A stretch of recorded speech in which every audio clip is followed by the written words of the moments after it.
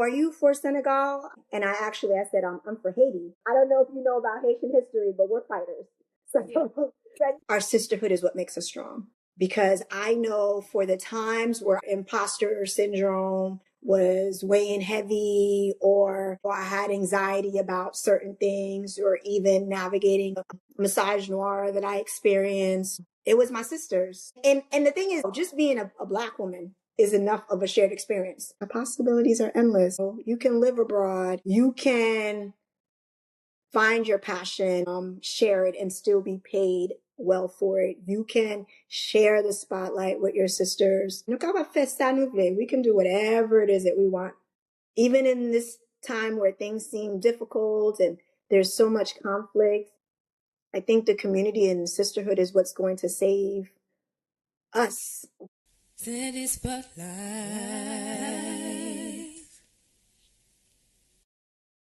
Hello all, welcome back to Diaspora Spotlight. My name is Seynedhee. I am your host, and I'm so excited to be back with you with Diaspora Spotlight, the community that highlights innovation, community, and impact in the diaspora. Today, I'm very pleased to have a special guest with me, Dr. Manouchka Pierre. She's an international educator, Haitian-born, internationally raised, but American-raised, and also living in a special place. So she'll tell us about it. Dr. Pierre, please introduce yourself. I'm excited to have you. I'm excited to be here. I was born in Haiti. I was raised in the States. I've lived in the Middle East. I lived in Bahrain. Then I lived in Cayman. I went home to the Caribbean, and that was eye-opening. And now I live in Morocco. So I've had the opportunity to connect with educators in so many different spaces, but also other people in the diaspora that are doing some great things. How has it been for you recently living in Morocco? I know AFCON just ended. How was that whole experience in Morocco? I mean, it started off very, very exciting. Morocco, one of the things that I kind of walked into was the growth, exponential growth that the country was making. One, because the AFCON was coming, but also in 2030, they're getting the World Cup, right? Specifically, I live in the financial hub. So there's just a lot of investment from Europe, from other parts of Africa, from the Americas.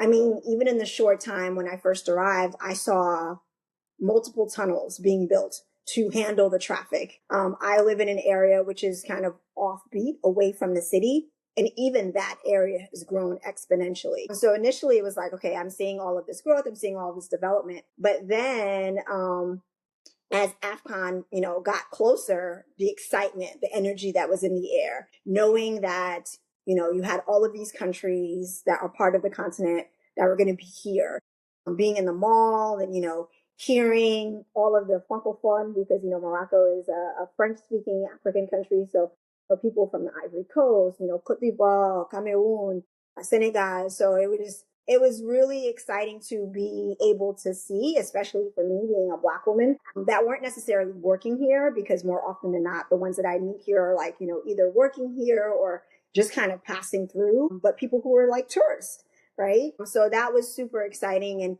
as the matches kind of went along, everybody's rooting for their favorites. But it wasn't until the last match, the final, where controversy happened, and kind of saw a breakdown in the connection of what it meant to be on the continent.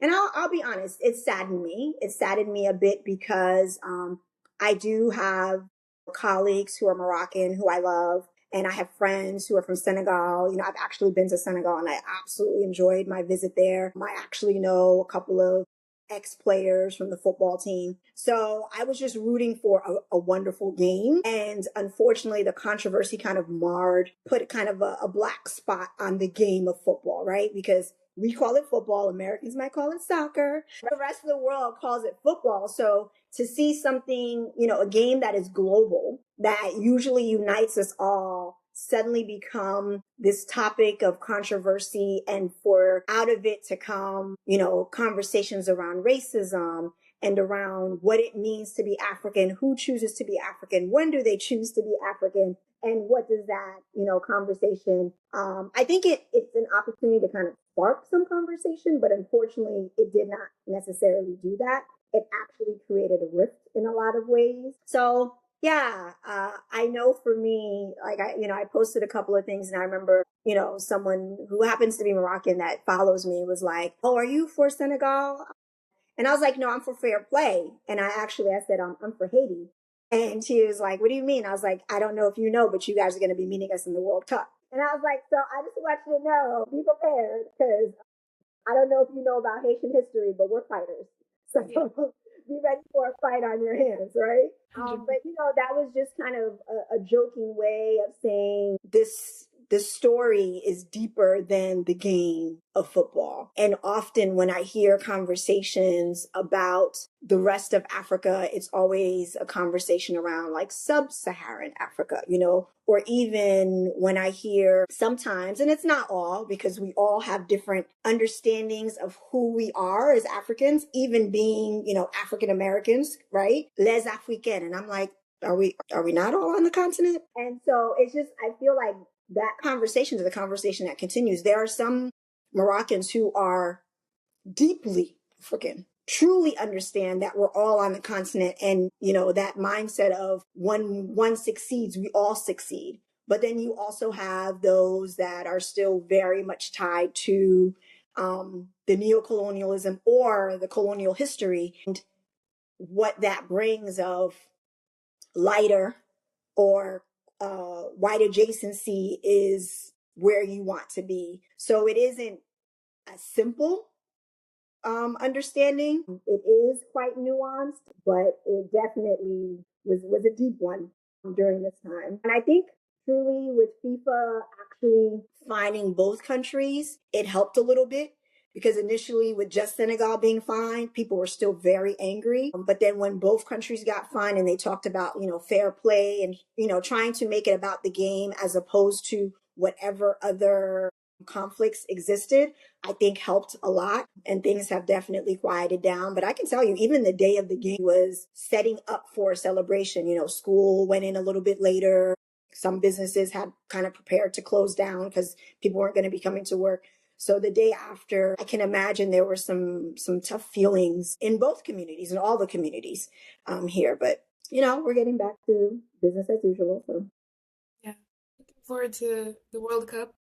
yes, yes, yes. Yeah. And especially for Haiti, who hasn't been in the World Cup since, before I was born. I'm truly, truly excited. I mean, as I say, I come from a people of a fighting spirit, and if you go even further back to our history, we have connections to the Haiti, which are Amazons, right? So like we've been fighting since we were on the continent. So I think the fighting spirit has taken us so far. And I hope that, we have an opportunity to truly celebrate the team, while they're there. But it also brings up some fears because of what's happening, visas and all of that stuff. So it's not the game is no longer just a game. There's so much politics around it. So yeah, yeah. But going back to the heritage of the Haitian people and just remembering not only from Haiti's, creation, but also going back to um, the the Home people, knowing what's in your blood, what's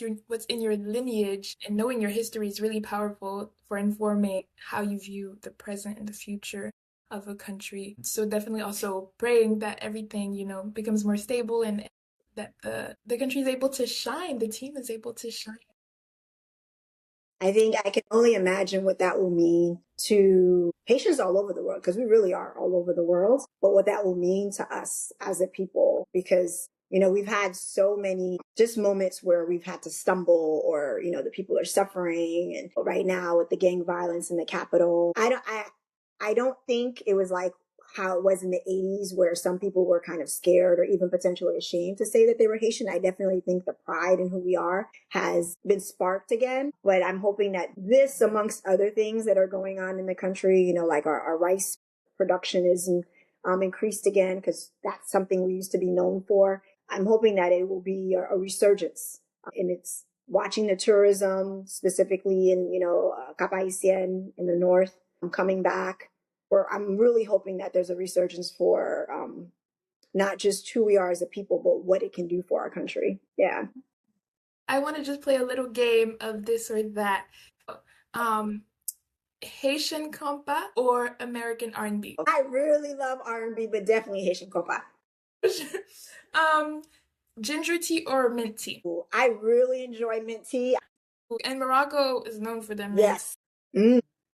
Carnival in the Caribbean or Essence Fest in New Orleans? A carnival back home. Definitely, definitely. I love the connection of Essence Fest, and especially being a woman, how Essence Fest like just brings us all from all over the country. But something about carnival, and I think it's really the history of carnival, I'm going to be honest. Partially, part of it is starting to die because we're so tapped into how do we make money off of it. And we're not necessarily teaching people why we do what we do. But yeah, carnival. The colors, the connection, the food. I've done the West Indian Festival on Eastern Parkway because I'm a New Yorker. What's a childhood memory that really captures your early sense of being part of a Black community or of the diaspora? So food is really important to who I am. It's one of the ways that I've stayed connected to my culture, but it is also one of the ways that I've kind of tapped into what it means to be American, specifically Black American. My daughters don't necessarily speak my mother tongue. They are very tapped into the culture through food. I was raised in New York. I moved to the South for a while. So I really got tapped into and feel a real connection to like Southern culture. So there are dishes that I would make that would be a blend of the two. Adding seafood to my mac and cheese because there's seafood and legume. Or instead of making black eyed peas separately, we make black eyed peas the way you make rice and peas, right? So there are different food memories. Creating your own identity. I'm sure that coming to New York, like I have a friend who was raised in New York and she's Senegalese, and maybe New York is just special like that. You just assimilate differently. There's so many different cultures. So you become a New Yorker more than anything else. When you're in that for so long. What were some realizations that you made about being Black in New York? I didn't understand like what the division was because I'm like, everybody else sees us as just Black. They don't know the nuance that exists within the culture, right? And finding out that people that looked like me were xenophobic was very hard because I know in the generation I grew up, because, I'm a whole lot older than you are, in the 80s and 90s, girl, they say about Black don't crack unless you on crack, and then that's a whole other thing. But for the first time having that feeling of being othered by people that look like me was a bit of a shocker. I expected it from people that didn't look like me, but I did not expect it from people that look like me. So I remember understanding for the first time the phrase that all skin folk ain't kinfolk. And it's said in other variations. Usually it's like some sort of political understanding or, how we connect, or brown faces in high places won't save you. But it was the understanding that there are people that look like me that don't like me because of who I am. Like literally the fact that I was Haitian, that was around the time of the AIDS epidemic. So it was like, we're dirty and we're the one that, caused the AIDS epidemic. And I was like, whoa, this is big. In Ohio, they're eating the cats, they're eating the dogs.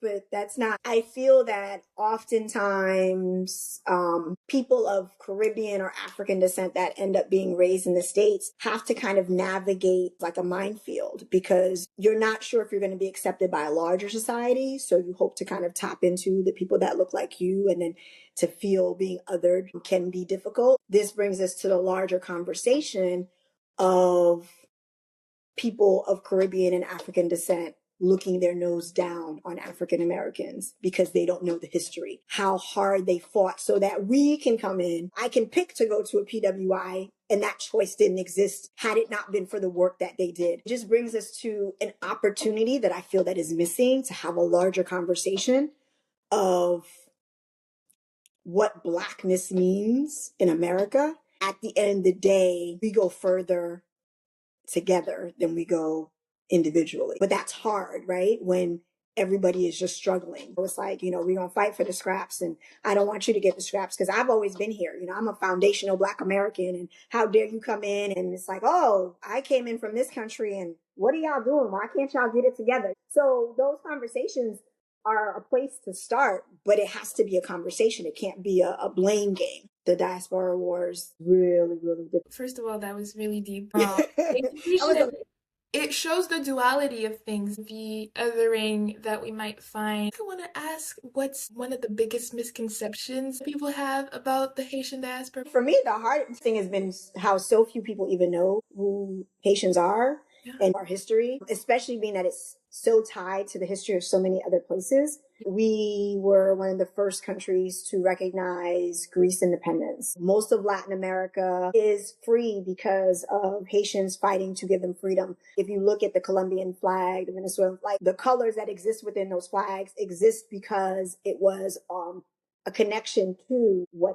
Haitians have done, right? It's not necessarily misconception as opposed to a lack of knowledge, especially. So I'm a history teacher by trade before I became an administrator, which helps me a lot with this conversation. But so often I find myself kind of schooling people. Most people, when I talk about Haiti, I'm like, we're next to Cuba. And they're like, Cuba. And I'm like, next to Jamaica.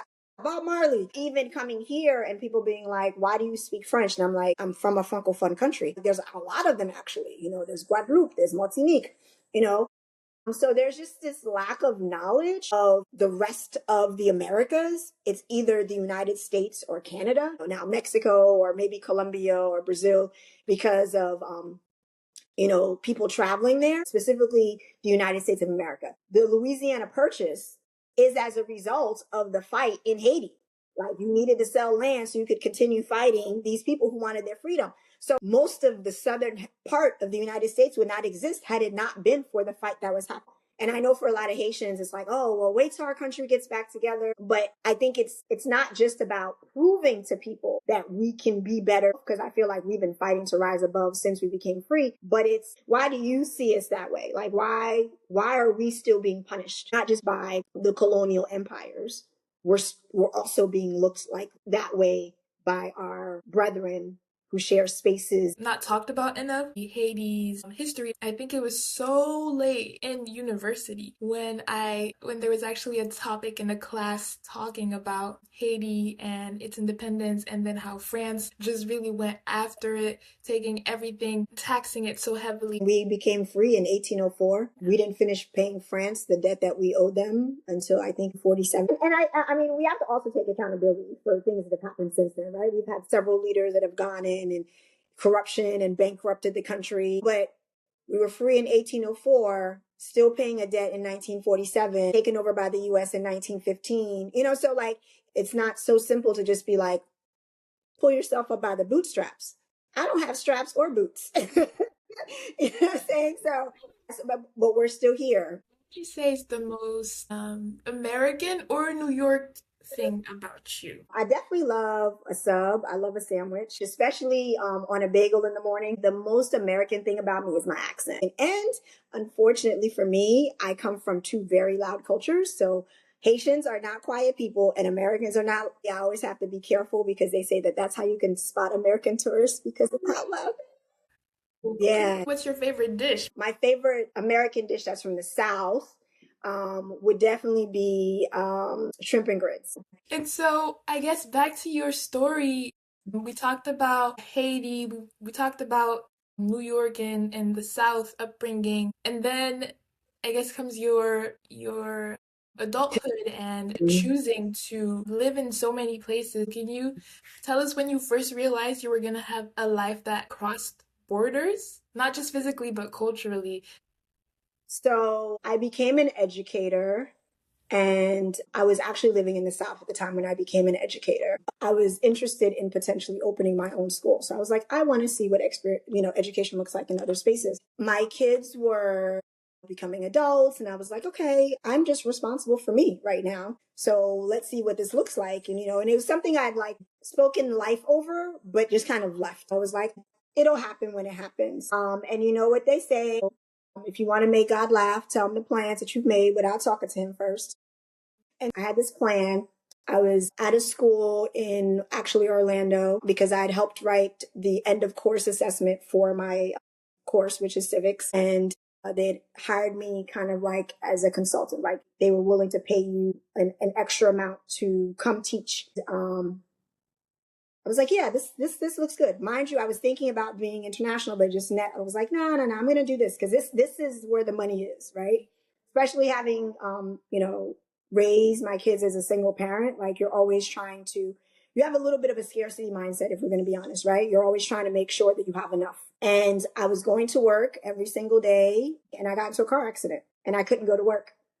And something told me, don't go back. And so I went on teacher on Sunday and on Wednesday they were like, you want to move to Bahrain? And I was like, sure. And I was like, okay, what would it be for me as a Black woman who does not look Arab in any way, shape, or form to move to this space? At that time, my hair was colored or I had like a side shaved and I was like, okay, I need to cut all my hair off. I really was trying to present the most acceptable version of my Blackness to people that had never met me before. And then I got to Bahrain and I was like,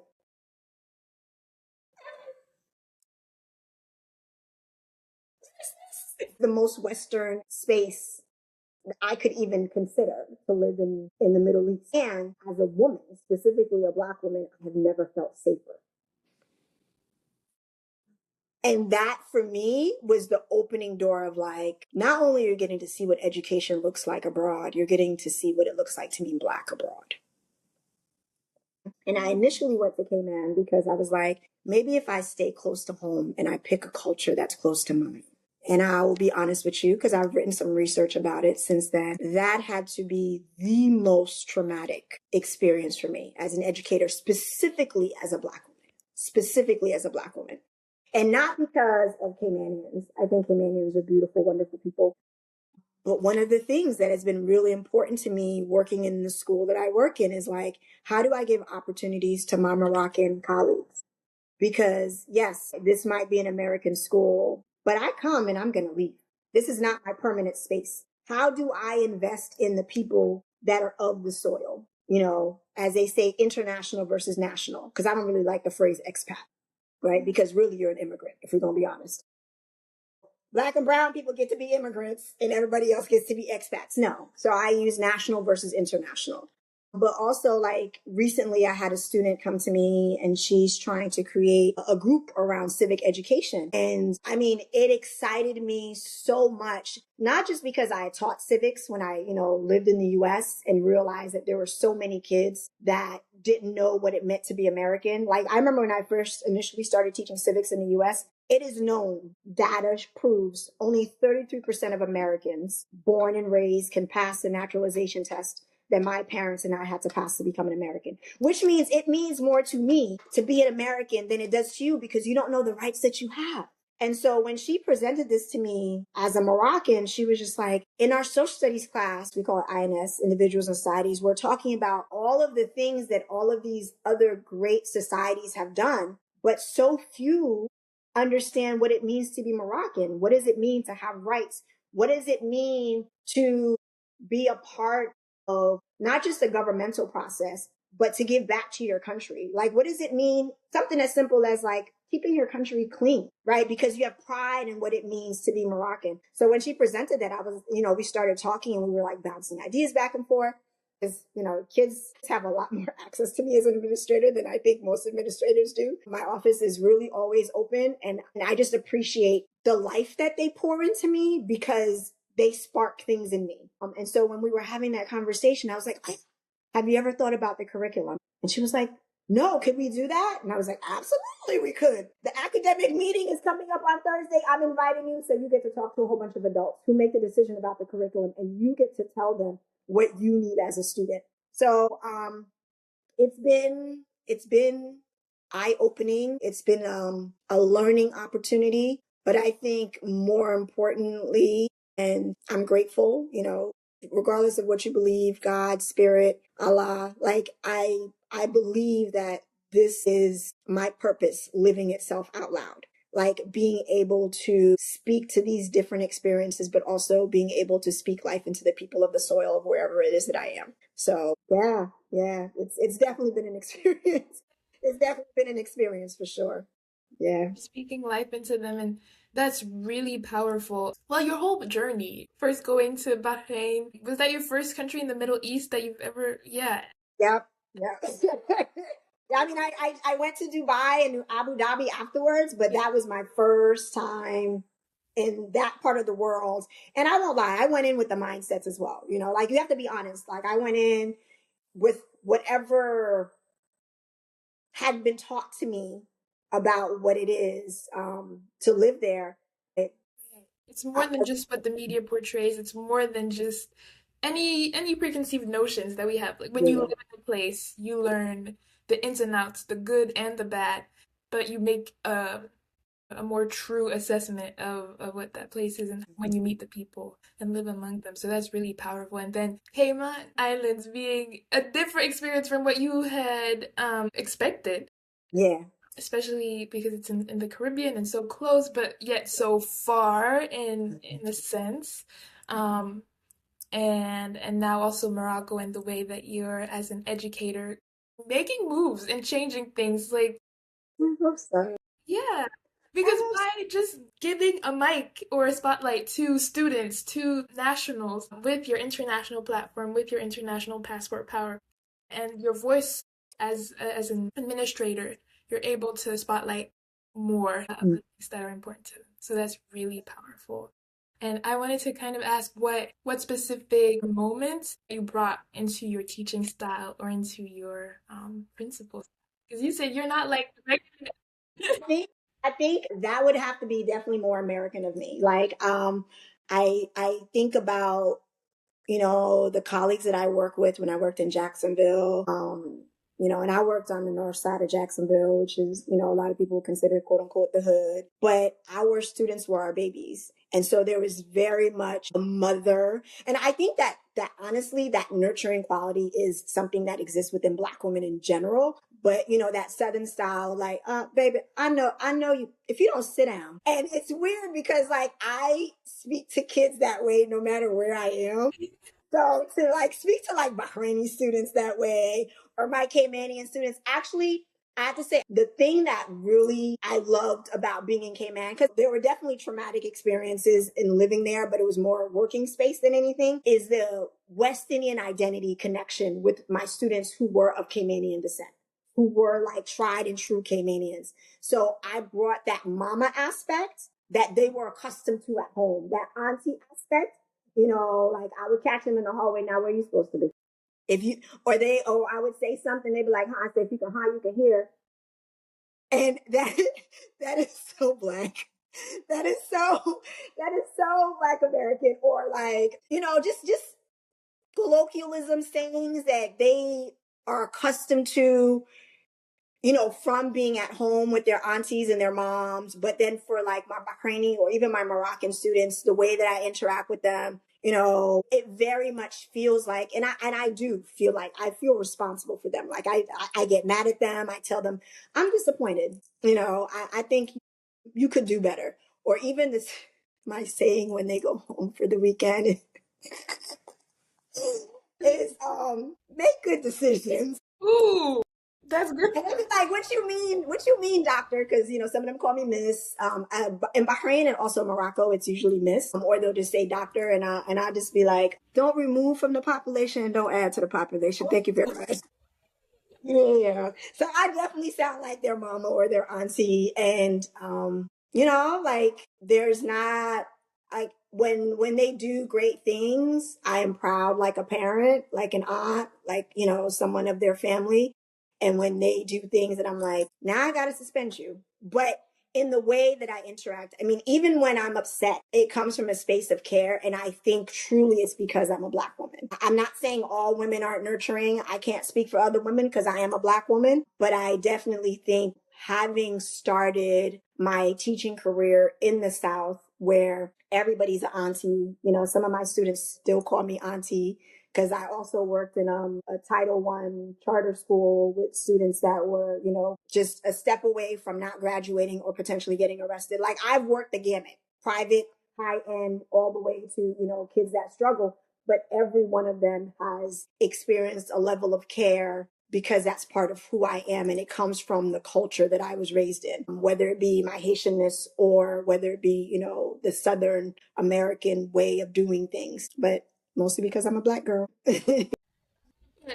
UNITY in the black in the direction of black women from infinity to infinity. I was about to say your children. So I'm at the secondary level. So I currently I have middle and high, but I've taught from middle school to high school. I mean, I started off in elementary, but I learned real quick. I'm not good with little kids.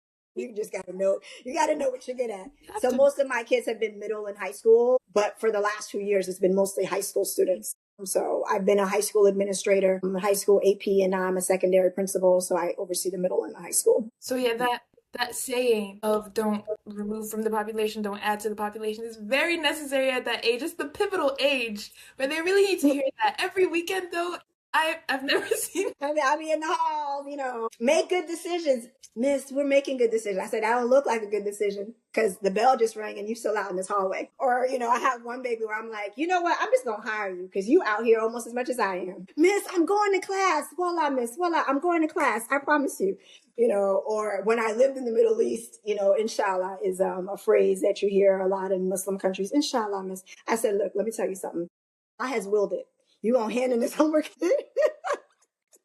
They be like, no, miss, it means, I said, I know what inshallah means, but I know you and how you're using it. Allah has willed it. Make sure I get this homework assignment. So just the interactions, they're funny sometimes. They're touching sometimes. They can be, tough sometimes. I mean, I've definitely had to have some tough conversations. Please don't let the smile fool you. I do not play the radio, as they say. But they always know they're loved. And I feel like that very much comes from who I am as a Black woman. No other way to say it. That's right. I want our audience, and specifically our Black women, take something. Well, everybody already took something away from a lot of things from this interview. But what's something that you wish more Black women knew about maybe living abroad, or something that you want to share? I think I'm seeing a whole lot more of us now. So I think we're starting to get the message that it's possible. We are the prototype, and no one can take that from us, and that we have so much to offer. Like we have so much to offer the world, and not necessarily in a way that like diminishes us, like not giving it away, and not monetizing in the way of like, it's just about money, but understanding that we have a lot to offer and we don't have to just give it to people. But I think most importantly is like, it's possible. Like there's so much possibility for us that we don't know about. We're slowly but surely starting to learn about, but that we don't necessarily know about. And I know that it's something that I think we know, but I wish we knew even deeper. Our sisterhood is what makes us strong. Because I know for the times where I struggled, where I wasn't sure, where imposter syndrome was weighing heavy, or, I had anxiety about certain things, or even navigating some of the misogynoir that I experienced, it was my sisters, and the thing is, they weren't all educators, right? You assume that because we share a shared experience. No, just being a Black woman is enough of a shared experience, right? So when I talk about microaggressions, you know what I'm talking about. When I say that this space is a psychologically unsafe space to work in, you know what I'm talking about. When I say I have to be 3 times better, not twice, but 3 times better to just get the same. You understand what it is that I'm talking about. But at the same time, when I talk about the excellence of what we do, that's the sisterhood that helps you through. And you know what? Oddly enough, and I'm going to say this, and it might be controversial, I wish white women got to experience that as well. Because I do have some white girlfriends that will tell me that there's a difference, right? That the sisterhood that exists within Black women that I feel like we need to strengthen is something that is lacking amongst them because they're taught to compete. And so I would say, if we pull it back, for all women to understood that the sisterhood is what makes us stronger, especially Black women, because we already kind of have it built, and that our community is where we can heal and all of those things. But I feel like if they understood, they would see why we are the way that we are, So, yeah. moment of silence. What? Yeah, The yeah. sisterhood is what makes us stronger, and that really ties it in with the new year, and the whole point of this show that I started is to spotlight each other, to come together, to unite. It's about impact, community, innovation. So, sisterhood, I think, is a key thing to highlight here. I guess it relates to a question I like to ask because we know we like to spotlight trailblazers um, across the diaspora everywhere. So who is someone, Haitian, African, Caribbean, or global, who deserves a spotlight right now that you want to give the mic over to? I can think of two sisters Yes. specifically. Dr. Nadine Richards, Mm. who honestly I haven't worked with closely, but I admire her work. Like I might be older than her, but like you ever seen somebody be like, that's what I want to be when I grow up. There's a level of resiliency and intelligence, but also empathy that she brings to her work. So we've met through the DIJ space, and she actually just recently kind of went on her own and is doing her own consulting. And I'm just like, yeah, girl. Yeah, that's it. And actually, the other sister is my cousin. So she's my little cousin. And she calls me Dr. Cousin because she got her doctorate in psychology. We've been published together. We've written some research together. Um, and the reason why I think of her is because the way she pushes through and the way that she connects. So when I think about sisterhood, she's always willing to put somebody on. Like she runs 3 different companies under one umbrella. And I'm like, girl, can you touch me? I mean, I know I have a few degrees, but she done went and got some more degrees. But like she runs an eyeglass company. Her eyeglass company was actually featured in the Olympics, this past Olympics. The Haitian team wore her glasses. And then she runs a publishing company. I don't even know what her third company. But like going back to like that sisterhood conversation of like, if she finds an opportunity and she sees an opportunity for someone else to get in, she's going to get you in. And I'll be honest, that's how a lot of my girlfriends work. You know, I think about 2 of my girlfriends that work in the education space. Girl, you asked for one and I'm about to give you a whole bunch. You know, I taught social studies. I'm bad at math. I really am. But I think about like, you know, Carleen Cowan, who works in the operations space. Like I've never seen someone get a school together the way that she gets a school together. Nairobi Melendez. Nairobi works in the HR space. But I think the reason why I bring them up is because anytime one of these women that I've mentioned has been put on, they put somebody else on. And I think that is what I mean about community, right?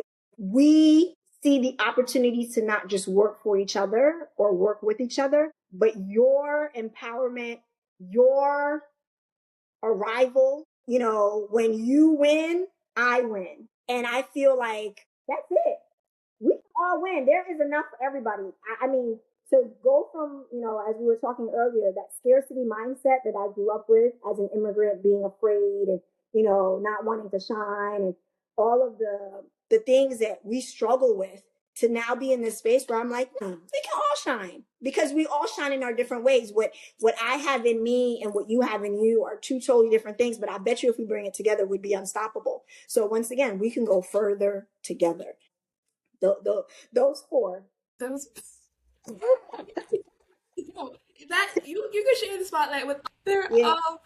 That's good, and like you said, no gatekeeping over here. Like, if you win, we win. So that's really good to hear. A last round of quick questions. We'll end over on here because I want to know, what is your favorite word in your mother tongue? My favorite word in my mother tongue. There's so many. Oh my God. Some of them are cuss words though, so I can't say them on your podcast. Kapab. Kapab means able. Everything's a possibility. Kapab. I can. Which is not to be mistaken for kupab, which means guilty. But kapab, yeah, because you know, so often we say bakapab, which means I can't. But the possibilities are endless. So yeah, I think to bring home our conversation, the possibilities are endless. You can live abroad. You can find your passion and share it and still be paid well for it. You can share the spotlight with your sisters. We can do whatever it is that we want. Even in this time where things seem difficult and there's so much conflict, I think the community and sisterhood is what's going to save us specifically, but us all in general. Thank you so much. Thank you so much, Thank Dr. you. Pierre, for sharing your Thank journey you. with us. I feel like conversations like this really remind us why we need to spotlight the community. I want to give a special shout out also to Full V Fashion with the jewelry that I'm wearing. And Yes, it's beautiful. thank you. And yeah, if you want to continue discovering amazing, inspiring stories, don't forget to follow, like, subscribe, comment. Until next time, keep shining your light across the world.